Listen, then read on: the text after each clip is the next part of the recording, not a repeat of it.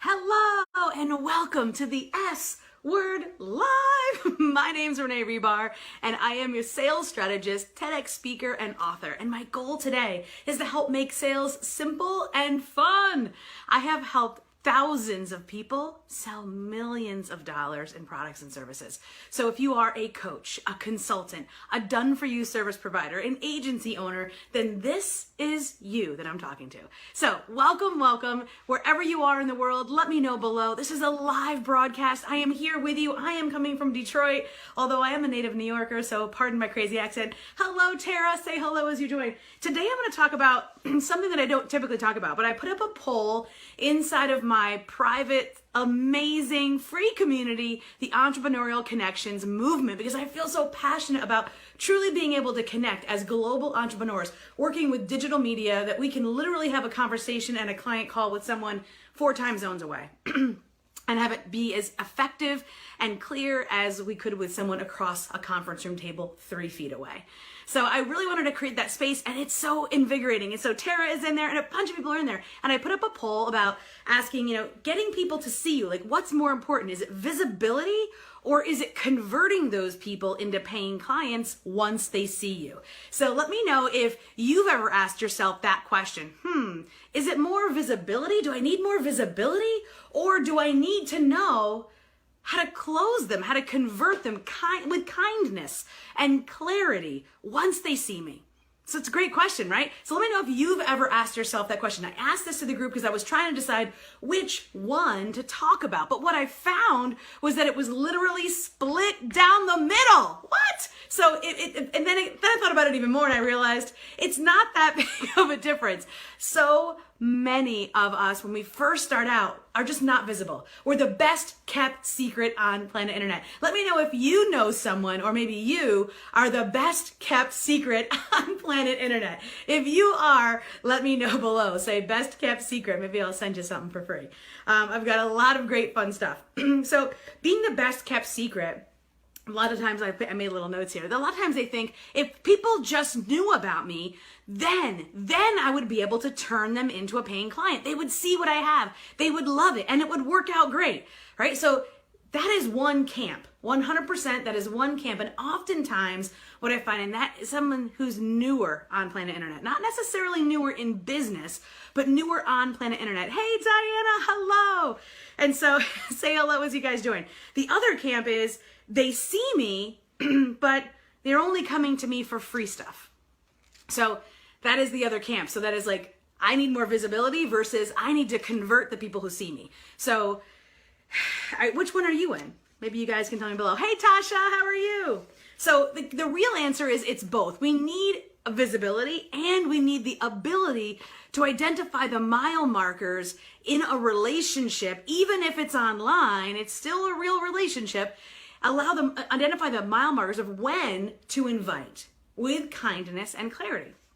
So, what I find most oftentimes with and I'm like, my little notepad, I've been traveling, so my regular notepad is gone. I don't know where. It's somewhere. It's laughing. It's hiding from me. So if you guys can find it, let me know, okay? It's in my suitcase upstairs. I can't remember.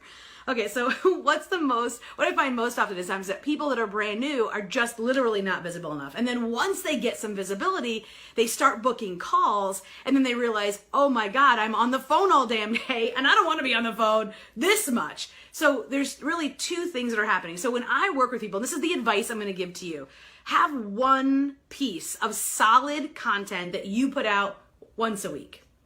Even if it's not, if you still take vacations, right? So if it's like 48 weeks a year, you consistently have a weekly thing that you do. In my programs, I call that anchor content, because it anchors your week. It anchors your business, right? So for me, the S-Word Live is my anchor content. It is the piece of content that I do every single week. I do it live. I love live. And I come live, and then they share across all my channels. And it becomes the root and the foundation of all the other pieces of content, the emails that I send, the connections that I make, all the other pieces, the memes, the posts, the social channels. It becomes the cornerstone of that week. Fair enough? So have one piece of anchor content. I have clients that podcasting is their anchor content, and other clients where blogs are their anchor content. whatever your anchor content is, do that one piece, because if you're a coach, a consultant, a service provider, or an agency owner, you're spending time hopefully working for and doing the work in your business, working for your clients. We don't have 100 hours a week. We don't even have 100 hours a week total. We don't have 100% of the hours we dedicate to our business to spend on sales activities. But we know we have to spend some time on those sales generating activities. So having that one piece of content that can be duplicated and repurposed across all channels, that is my advice to you. Secondly, once you have those people coming through, how do you turn those freebie hunters, if you will, time wasters, tire kickers, into real paying clients? Well, that comes down to a few things. Number one, when someone is if you're in the position, so tell me here, first of all, are you okay with doing one piece of core content each week?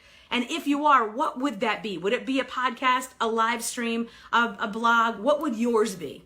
Tell me that in the comments below. And then secondly is, once you're getting people on the phone, if you're getting people on the phone, are you getting at least 2 or 3 or 4 or 5 people on the phone each week? And how are they coming to you, right? So it's pre-framing. But then once the pre-framing is there and you're actually on the phone, there is still a nuance. So that emotionally intelligent nuance, to be able to identify that, there are a few key factors. Number one is, are you explaining the value of what you offer to that person correctly? Well, how do we know that? Well, if we've listened deeply, we'll be able to explain that value. So let me know this in the comments. Have you ever been concerned or wondered if the value of what you're explaining, your offer, your program, your services, has that ever been questioned? Like, wow, that's a lot of money. Has anyone ever said that to you? That would be an identifier, a mile marker, that maybe there's a better way to explain the value of what you do. So again, definitely opportunities there. Secondly, setting clear mile markers for the conversations. So are you able during these conversations to set a specific time frame? I've had clients come to me and say, Renee, I'm getting on 5 calls a week. I'm being visible. I'm getting on 5 calls, but still I'm not converting.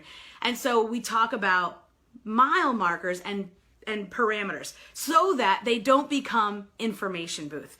This is so oftentimes the bane of the coach, the consultant, the guide, because we want to give, we want to share, but when is that determining factor of I'm sharing enough to give them a Band-Aid on a jugular wound and I'm really not helping them? I'm only giving them one small piece of the answer, and really the full answer, which would be hiring you, is really where the full solution is in the problem that they're having. So getting visible versus converting people into paying clients. There are these mile markers. There are these questions. So if you're getting people on the phone because you're being visible and you're connecting with them in a genuine way, you're listening, and they say, wow, that seems expensive, then the question you should be asking yourself is, how am I explaining the value of my service, my product? The other key is creating this rhythm of invitation and giving value, invitation and giving value. And so when we're converting people, and this comes into follow-up, when we're converting people, people aren't always ready to buy what you have. Even if they have the problem right now, they're not always ready to buy what you have today. How many of us can relate to that? We've seen someone's ad, or we've seen someone online, or we have a toothache and we pass the dentist office 4, 5, 10 times before we're like, all right, I gotta call, I'm gonna drive in, make an appointment, right? Tell me in the comments, has that ever happened to you? You've had a problem for a little bit longer than you would have liked, even though you knew the solution was out there, you knew the person who could solve it, but you just didn't pull the trigger. Who here? Right? So now you're talking to a global market. They're not going to be driving past your dentist office. They're going to be seeing you online. So that's where the visibility comes in. Great. Then you get them on the phone. Excellent. Or you connect with them some other way. You have this continuation of communication. And so whether that's email, whether that's messenger, whether that's in your group, whether that's wherever that may be, there's 1,000 ways to slice that. That continual cycle, that rhythm of giving value and inviting. And so that rhythm is, again, somewhere where we have to really tap into the finer nuances. And when you do that on a consistent basis, that's where going back to the visibility comes in. You will find that people will come back to you and say things like, I just binge watched your live streams, or I just binge listened to your podcast, or my gosh, I just read 10 of your blogs. Well, guess what? Over the past year, you had 48 to choose from. Now, if you're brand new, you can condense your week. So if your time in the week is not spent working with clients because you don't have that many yet, then you can double down, triple down on the content creation so that you can bulk up the type of free value, of goodness that you can give, and then you can double down on your asks so that you can build up that client base. So whether this is your next client, your next offer, whether you're pivoting, wherever you are, if you're expanding and scaling, these strategies will work for you. Put them into place. Let me know in the comments below. PM me, let me know, because I'm excited. And if you want to continue the conversation about what this could mean for you, continue by clicking that link, because that will take you through the chain of my invitation to you.